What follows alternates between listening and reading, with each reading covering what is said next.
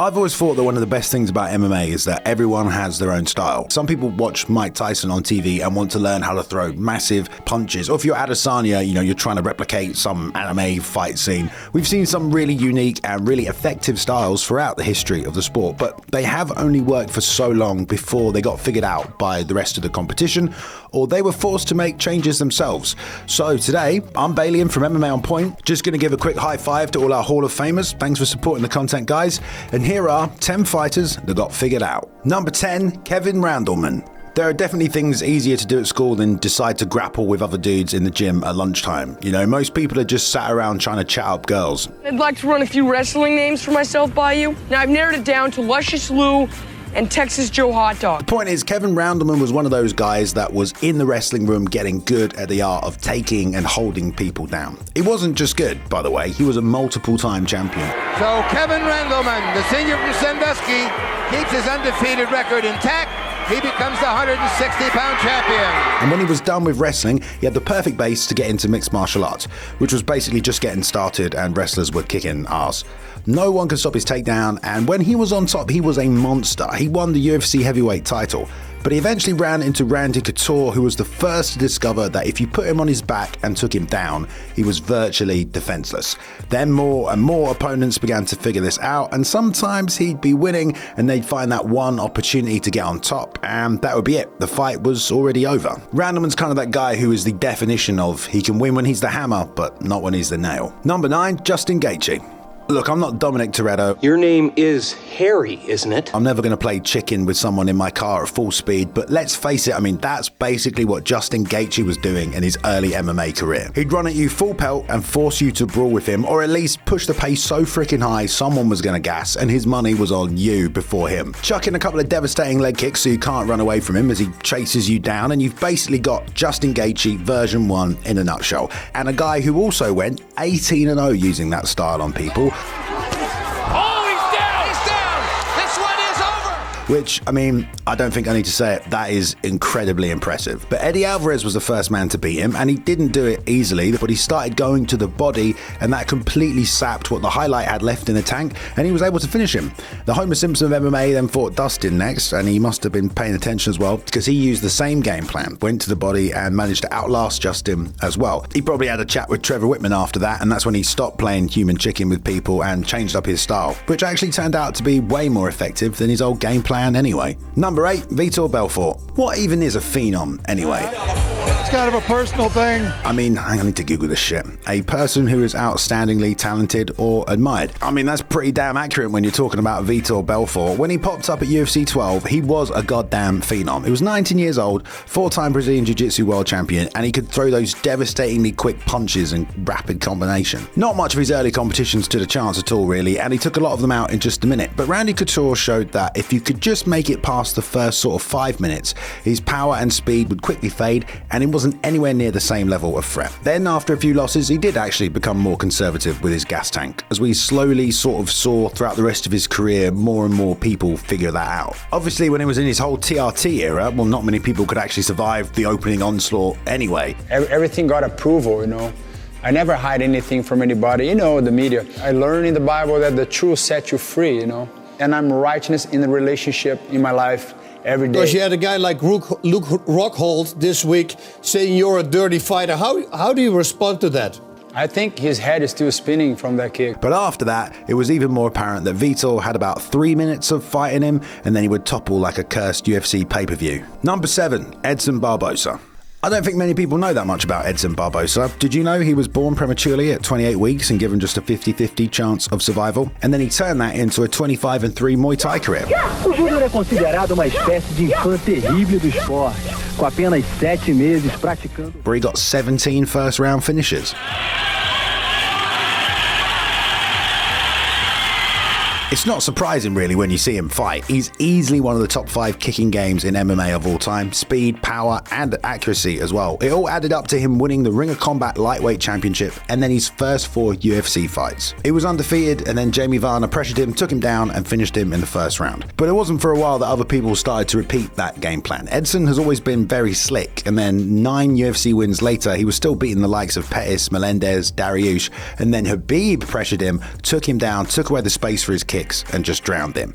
The look on his face said it all, and that was a game plan replicated by Kevin Lee and many others who discovered that making EDSON the kicking machine fight off the back foot or off his back made him a much less dangerous guy. Number 6, the Diaz brothers. There's still tons of people out there who think the Diaz brothers' style of fighting is still one of the coolest in the sport. Both boys are great boxers in their own way. Nick typically fights with a lot more pressure, Nate's an outside sniper, but both guys who grew up on the streets of Stockton developed a real war mentality. Obviously both guys have great cardio and great jiu-jitsu, and they have used both to batter a ton of people throughout their respective MMA careers. For me, I do a lot of Xterra, it's a lot of off-road, so training, you know, it's a mountain bike triathlons, you know, they're on the dirt. The same thing for MMA, you know, I like it because it's all these aspects you're going to cover for MMA, and then same for triathlon, you know, all the swim, bike, and run. And of course, made a bunch of people tap out as well. But being a good enough wrestler to stop the jiu-jitsu like Diego Sanchez did and Clay Guida did was one thing. That certainly worked if you were good enough, but they were still both able to beat a ton of guys on the feet or on the ground.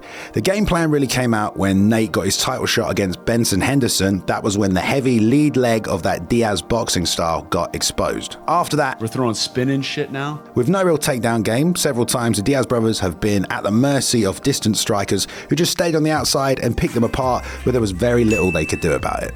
Number 5, Lyoto Machida.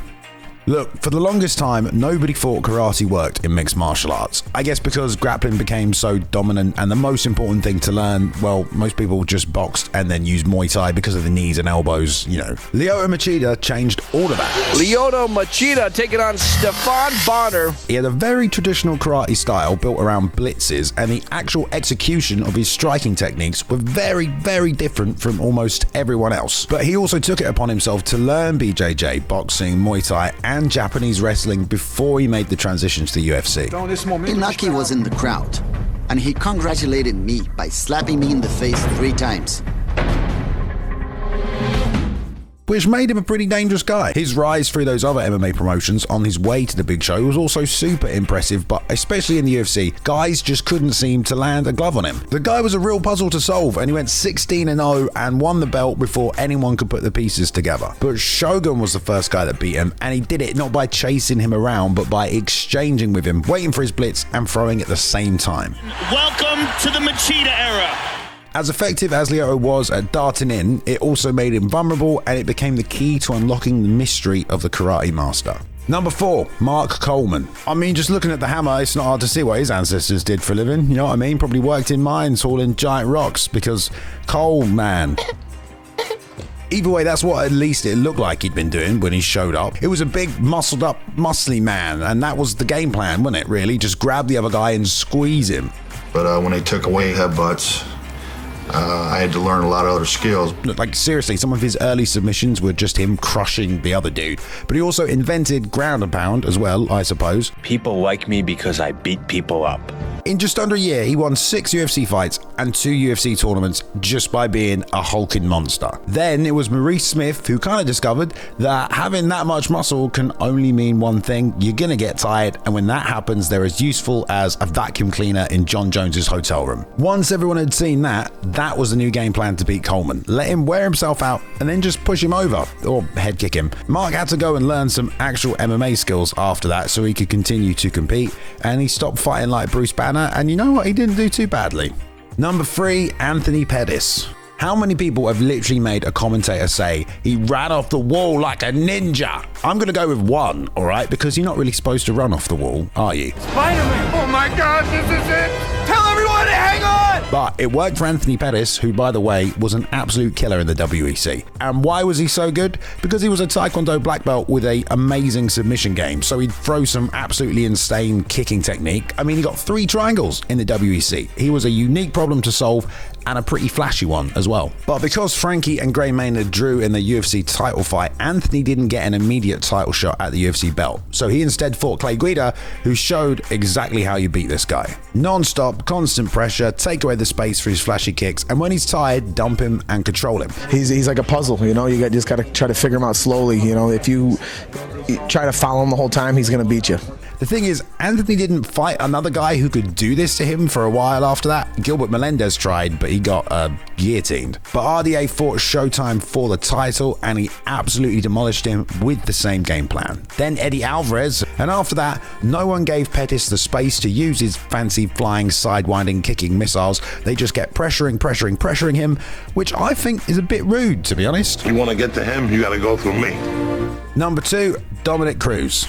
There's quite a few people that have Dominick Cruz listed as their favourite fighter, and although the way he talks trash and his deadpan comedy is pretty entertaining, sometimes it takes more cojones to stop yourself than it does to keep going, and that's something Mike Bisping can learn about from Frank. You're such a lovable guy. I actually have been to a lot of people. You know, we get along, don't we? No, just fine. Yeah. So I never want to punch you in the face, ever. It's mainly because of his fighting style, which is one of the most unique and fun things to watch in MMA. My mindset said I have to fight, do something different, because this is a new sport with new rules and new different equipment than has ever been seen in the history of this world. As long as I don't fight on the center line all the time, it takes away almost all weapons. I always had that mentality rather than fight fire with fire. It just didn't make sense to me when my body was on the line. I wanted the path of least resistance. It worked phenomenally. People just didn't know what to do with him. They couldn't get their hands on him, and after 11 years of fighting, he only lost once. And that was in his WEC debut when he fought Uriah Faber for the title, and he was just 23 years old. I mean, that set up a whole rivalry with Faber's team, Alpha Male, and he ended up going 7-1 against those guys. They tried for years to find an answer to his style. TJ even adopted some of it. Essentially, every single person I've ever fought for the past 10 years has at some point been friends with Faber, trained with that camp because they were the little guy camp. While I said, why join him if you can beat him? And I just did it my own way and let them all hate me and train together. But Cody Garbrandt was the one who put everything they learned into practice, and he figured him out. And rather than chase Dom around, he didn't bite on the feints, and he had the speed and the timing to wait and then counter Cruz as he stepped in. Obviously, movements that I'm doing, and they can be read. It took 30 rounds to figure out with the same camp for 10 years, but they figured it out. Cejudo essentially did the same thing, and so did Vera, really. You can't deny, though, Dominick really wrote the book on stance switching and much of the footwork that we see today in MMA. Number 1, TYRON Woodley. I think we've had the discussion before in the office that T Wood undoubtedly ruined his legacy by getting beaten by Jake Paul in boxing, but let's just for a second remember what he was able to do in MMA when he was still very much a world-class fighter. He had that stocky, powerful wrestler build combined with a ton of experience at the Division 1 level, and of course, like most wrestlers do, he learned how to strike and realized he had a massive amount of power in his right hand. Not an overly complex combination, but he used it to beat some of the best welterweights in the world. He was pretty hyped in his UFC debut, but the first guy to actually put the anti-Woodley game plan into effect was Jake Shields. TYRON always had this habit of walking backwards towards the cage and then just leaping forward with his big right hand. Well, Jake just jabbed him and let him walk back to the cage, and then he held him there, and then that was that, basically. Rory McDonald basically then did the same thing, but it didn't actually stop Woodley from eventually winning the title, where his game plan continued to work until he went up against some more non-stop pressure fighters who already had the blueprint and ability to execute it, and they made it look all too easy as he lost his last 4 fights before retiring. There's this guy called Ben Rosette that writes our intro theme. He's been doing it for a long time, and his other music's pretty good as well, so if you want to check him out and show him some thanks, go find him on Spotify at Ben Rosette. If you didn't know, you can also join the channel now to help support the content, get early access to stuff, get sneak previews and like exclusive live streams. These guys have done it right here. Our channel champions, thank you guys. Appreciate you every single week. This was quite a fun list to write, actually. You know, I always enjoy looking at fighter styles and then finding out about the people that countered them or the ways that they were actually, you know, negated eventually. It's an interesting topic. I enjoyed researching it. If you enjoyed it, give us a like. Always appreciate it. And you can hit the subscribe button if you're new here and you want to see more from us as well. I've been Balian. All right. Thank you very much, guys. I'll see you in the next one.